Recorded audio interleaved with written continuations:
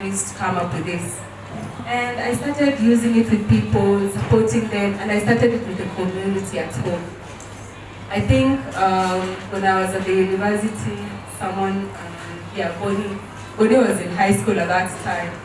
And I would do a lot of mentorship and all the lessons I was learning from the university. I wanted to see if it can really reshape how we think in our community, because I really believe we are wealthy, but this wealth has not yet translated into the mindsets of the people.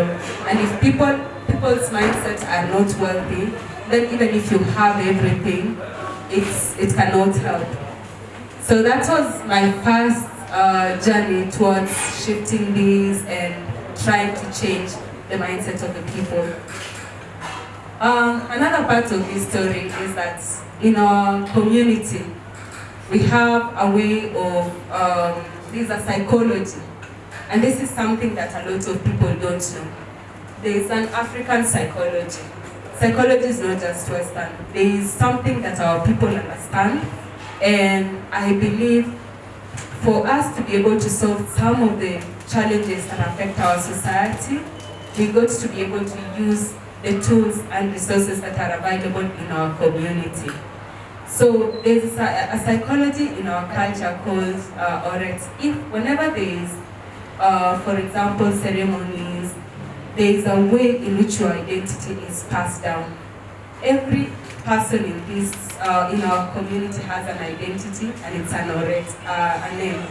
Your name is represented by an animal spirit. It is represented by like defense.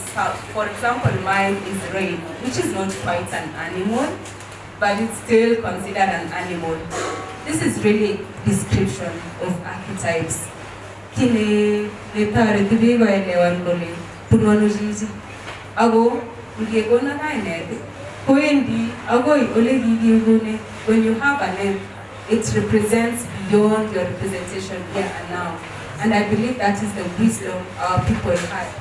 I started to ask myself, how can we incorporate some of this wisdom of my culture into the wisdom of our people?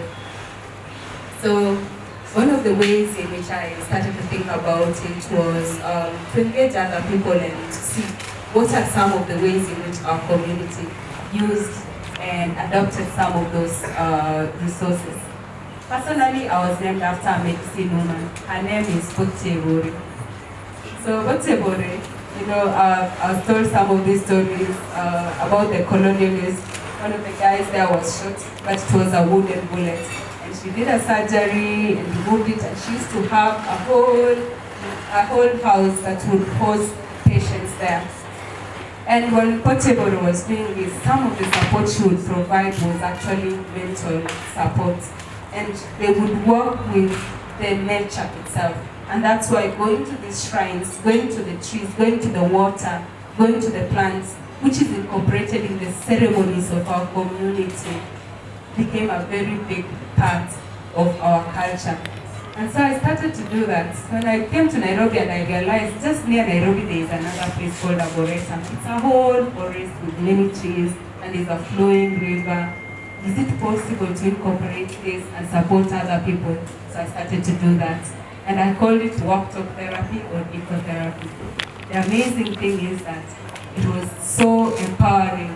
The people who used it told me that they were so amazed by it. And you could see the impact and the difference it made on the people who experienced walking at the park. So I realized, oh, this is actually valuable. This is actually